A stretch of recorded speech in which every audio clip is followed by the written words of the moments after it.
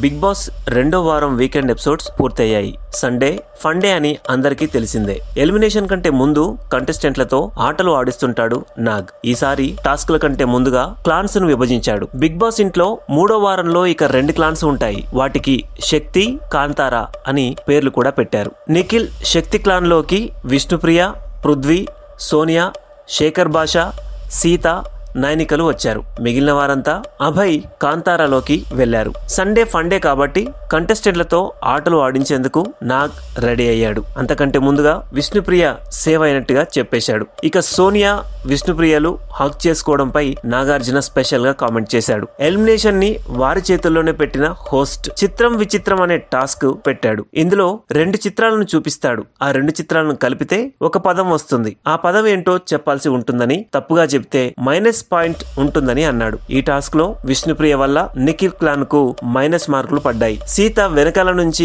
Hint ఇస్తుండడంతో మళ్ళీ minus మార్కులు పడ్డాయి. చివరకు నాగార్జున ఈ 2 టీంలకు టై పడేలా చేశాడు. ఎవరైనా బ్రేకప్ స్టోరీ చెప్తారో వాళ్ళ టీం విన్ అవుతుందని అన్నాడు. దీనికంటే ముందు విష్ణుప్రియ సేవ్ అని ప్రకటించారు. ఇక నిఖిల్ క్లాన్ నుంచి సీత తన బ్రేకప్ స్టోరీ చెప్పింది. 5 ఏళ్లు రిలేషన్ లో ఉన్నానని, పెళ్లి వరకు వచ్చిందని, ఆ వ్యక్తి తనను ఏడాదిగా మోసం చేస్తున్నాడని తెలుసుకున్నానని సీత చెప్పుకొచ్చింది. తర్వాత డిప్రెషన్ లోకి వెళ్లానని, ఆ టైంలో 6 నెలల్లోనే 14 కేజీలు తగ్గానని చెప్పింది. ఆ తర్వాత సైకియాట్రిస్ట్ దగ్గరికి వెళ్లి ట్రీట్మెంట్ తీసుకున్నానని, అందరితో కలవడం ప్రారంభించానని, చివరకు దాని నుంచి బయటకు వచ్చానని, అలా బ్రేకప్ అవ్వడమే మంచిదని ఇప్పుడు అనిపిస్తుందంటూ ఇన్స్పైరింగ్ స్టోరీని చెప్పింది సీత. మనకు ఏది బెస్ట్, మనకి ఏది రావాలో అదే వస్తుందంటూ సీతకు ధైర్యాన్ని చెప్పాడు నాగార్జున. ఆ తర్వాత మళ్ళీ సేవింగ్ ప్రాసెస్ అని చెప్పి సీత, పృథ్వీలు సేఫ్ అని చెప్పేశాడు. చివరకు ఆదిత్య, ఓం, శేఖర్ భాషలు మిగిలారు. ఈ ఇద్దరిలోంచి ఎవరు వెళ్ళాలి, ఎవరు ఉండాలి అనేది కంటెస్టెంట్లు నిర్ణయిస్తారని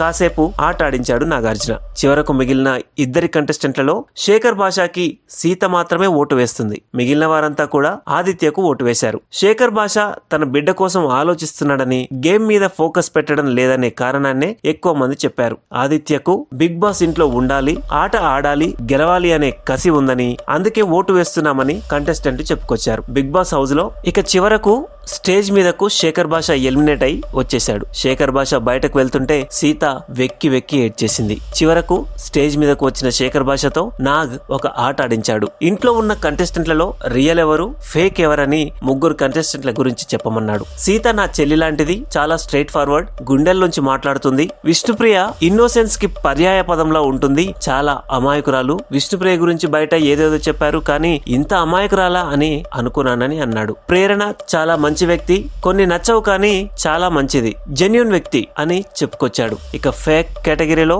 సోనియా నవ్వు ప్రశాంతంగానే కనిపిస్తుంది, కానీ ఆ తర్వాత నామినేషన్ లో మహంకాల్ని చూసా. మణికంఠ కావాలనే ఫేక్ పేస్ పెట్టుకుంటాడు, చాలా ఆలోచించి ఎలా రియాక్ట్ అవ్వాలో అవుతాడు.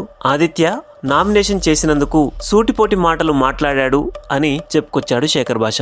ఇది ఈ వారం జరిగిన ఎలిమినేషన్. వీడియో నచ్చితే లైక్ చేయండి, షేర్ చేయండి. మరిన్ని వీడియోల కోసం మా ఛానల్ ని సబ్స్క్రైబ్ చేసుకోండి.